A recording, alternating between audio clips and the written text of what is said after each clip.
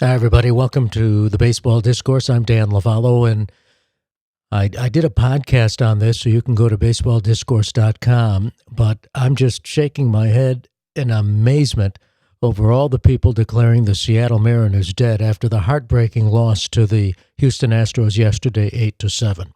Now, I understand that was a dramatic walk-off win by the Astros. I get it. Alvarez is a tremendous ball player, arguably one of the best players in the game. Seattle has a 7-3 lead late, and they blow it.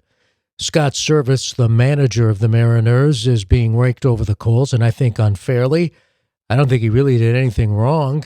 We'll get to that in a moment. I just want to say, if you listen to the podcast, I refer to him as Steve Servais. I apologize for that. It's Scott Servais, the manager of the Seattle Mariners.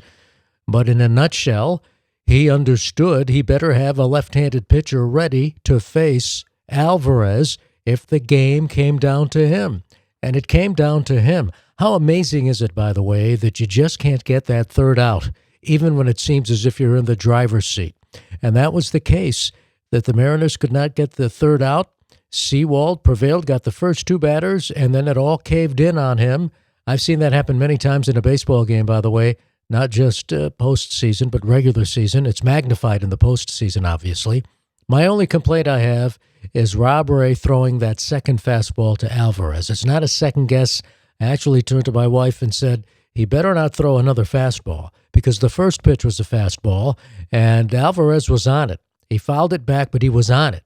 So at that point, Ray has got to throw some sort of an off-speed pitch, curveball, slider, change-up, pitch away, but don't come back with another fastball down the middle. And, of course, Alvarez creamed it.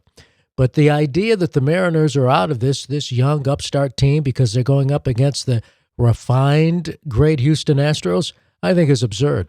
And I don't want to take anything away from the Astros. And I go into this in-depth in my podcast at baseballdiscourse.com about how much respect I have for the Houston Astros. A lot of respect.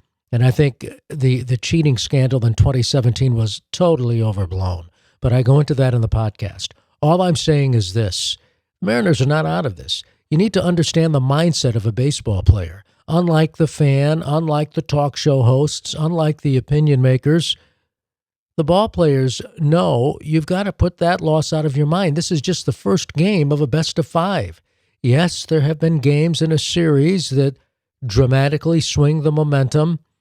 Not many game ones, though, and I don't think this will dramatically swing the momentum.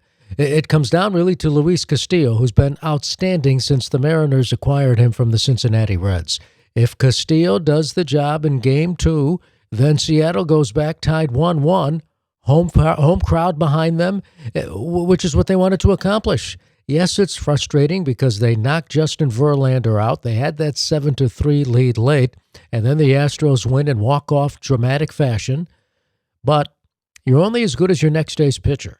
And the idea that because of the off day, the Mariners are going to be sitting in their hotel room stewing over that loss, I can tell you right now that loss is history in the minds of the Mariners players. Again, you need to understand the mindset of a baseball player. They're already looking to Game 2. In fact, I think it's to their advantage that they have the day off. Gives them an extra day to expunge the sour finish to what was an otherwise great game for the Mariners. So they're already looking ahead to Game 2 of the series. And if Castillo is Castillo, then suddenly you go back to Seattle tied 1-1. There's nothing wrong with that. I also explain in the podcast why the Mariners can actually look to Game 3 of the 1964 World Series. And the reason I bring up the third game, it was 58 years ago on October 10th that Mickey Mantle hit the home run on a first pitch from reliever Barney Schultz in Game 3 to give the Yankees a 2-1 win at Yankee Stadium and a 2-1 lead in the World Series.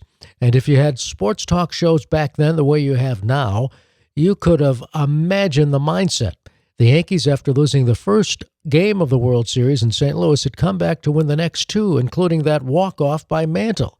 Can you imagine the talk show hosts back then? Oh, the Cardinals are dead. The Cardinals don't have a chance. They lost to the Yankees in St. Louis. They get walked off at Yankee Stadium. There's no way the Cardinals are going to come back and win the World Series. You know what happened after that manhole walk-off to give the Yankees a 2-1 lead?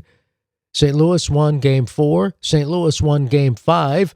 A heartbreaking defeat in extra innings, by the way, for the Yankees. And in fact, they went back to St. Louis up 3-2.